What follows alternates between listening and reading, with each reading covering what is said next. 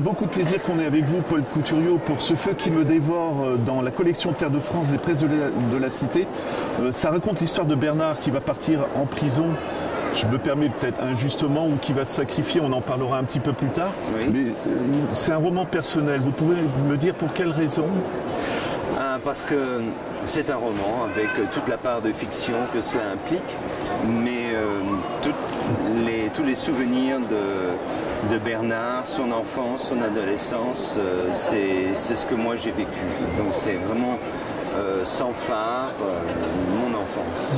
Comment ça s'est passé justement? L'intrigue démarre tout de suite par un incendie et les gens, et ça c'est vraiment la rumeur aussi, ont l'impression que le fils qui voit ses parents en train de prendre feu aussi dans la maison, ont l'impression qu'il sourit. Encore une fois, je ne sais pas quelle est la part de vérité et tout ça, c'est pour ça que je suis un petit peu perdu, je vais être honnête avec vous. L'incendie évidemment est totalement fictif, c'est le point de départ.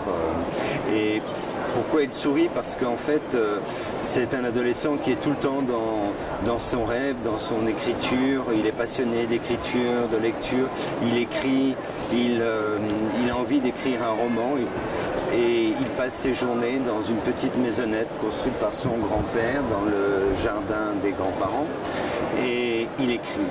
Et donc pour lui, se retrouver face à la maison de ses parents qui est en flammes, ça lui paraît irréel, c'est pas possible que ce soit la réalité. Il vit toujours un peu entre la réalité et sa fiction.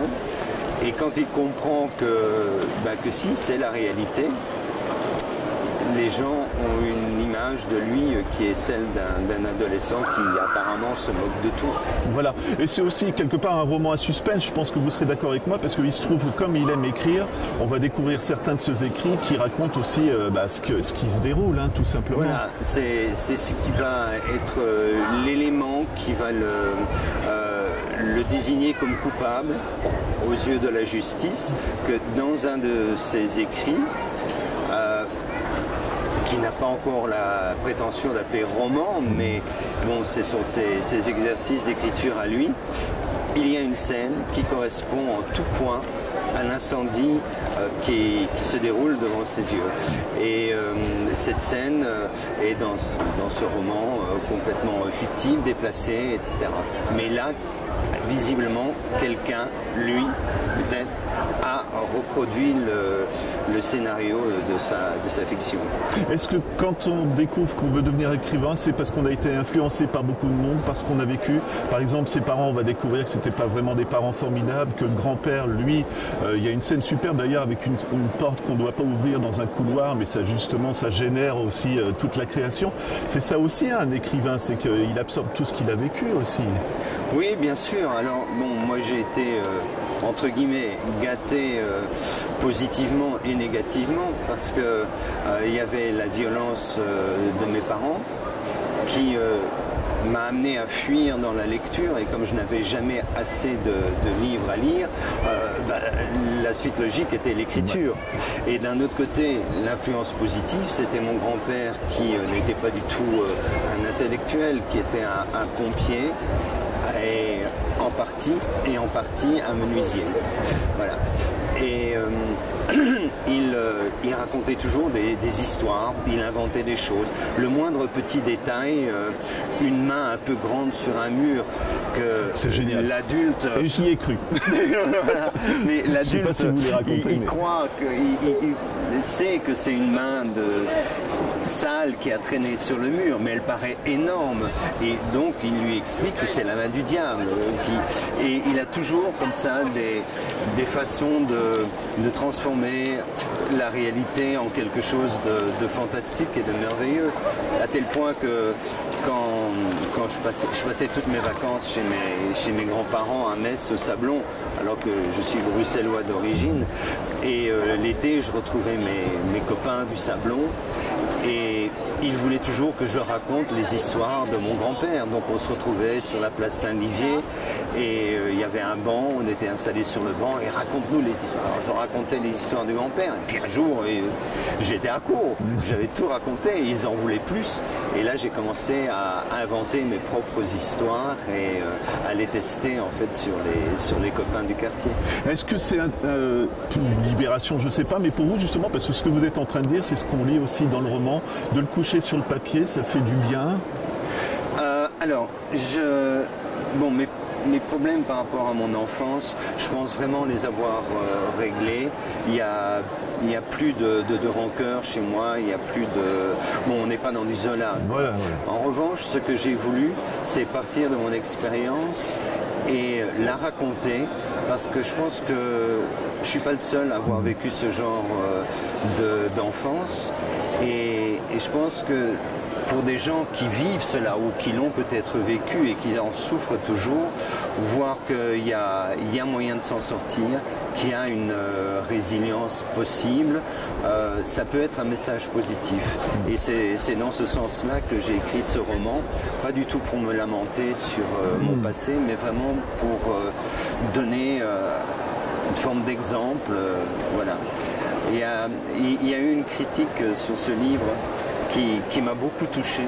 C'est un journaliste qui a dit ce roman fait penser au Vipère au point de Bazin, sauf que chez Bazin, le roman sointe la haine, alors qu'il n'y a qu'amour dans le roman de Couturiot. Et ça, pour moi, c'était le plus beau compliment. Eh ben, vous m'amenez à la question suivante, c'est l'amour aussi, parce qu'il y a deux amours pour Bernard dans ce roman.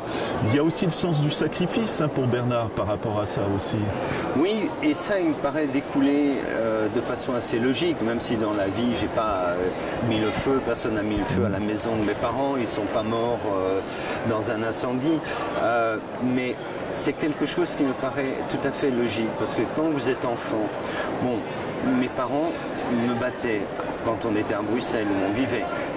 Quand on arrivait à Metz chez mes grands-parents, c'était des gens impeccables, adorables, gentils. Il n'y avait pas un mot plus haut que l'autre. Donc, mes grands-parents n'ont jamais su ce que je vivais à Bruxelles. Et j'aurais pu en parler à mon grand-père pour lui dire, voilà, il a fait quelque chose. Mais je ne pouvais pas le faire. Parce que pour moi, si mes parents me traitaient comme ça, c'était de ma faute. C'était parce que j'étais pas assez bien. C'était parce que j'étais pas assez parfait, pas à la hauteur d'eux.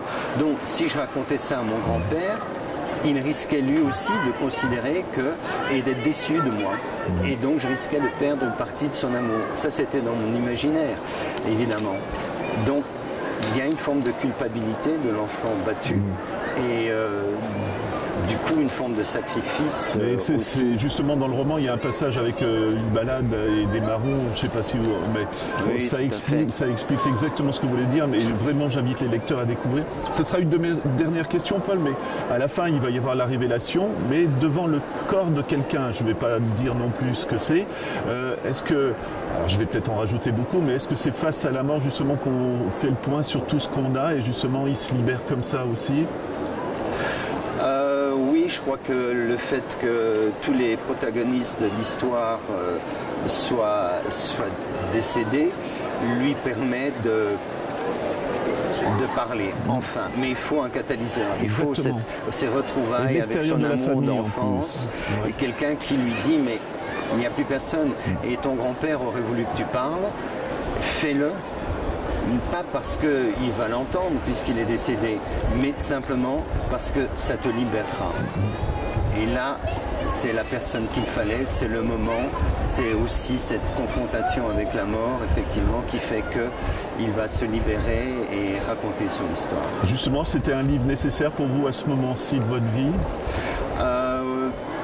Oui, je crois qu'il y a un moment... C'est drôle parce que dans Les silences de Margaret, j'abordais un petit peu l'histoire de ma grand-mère et de ma mère. Il y avait déjà très légèrement, en passant par la Lorraine, des points. Et je me suis dit, c'est marrant, j'ai tendance à revenir vers moi. Donc il est peut-être temps que je parle de moi. Mais Je ne l'ai pas fait sous forme d'une biographie parce que je trouve que ça aurait été sans intérêt, mais sous forme de roman puisque c'est mon moyen d'expression. Voilà, merci beaucoup Paul. Donc je rappelle votre roman Paul Couturiot pour Ce feu qui me dévore dans la collection Terre de France aux presses de la Cité. Et c'est un bouquin qui fait aussi réfléchir sur soi. Justement, vous l'expliquez, on peut aussi projeter des choses qu'on a vécues et ça aide aussi beaucoup. Voilà. Merci beaucoup. Merci.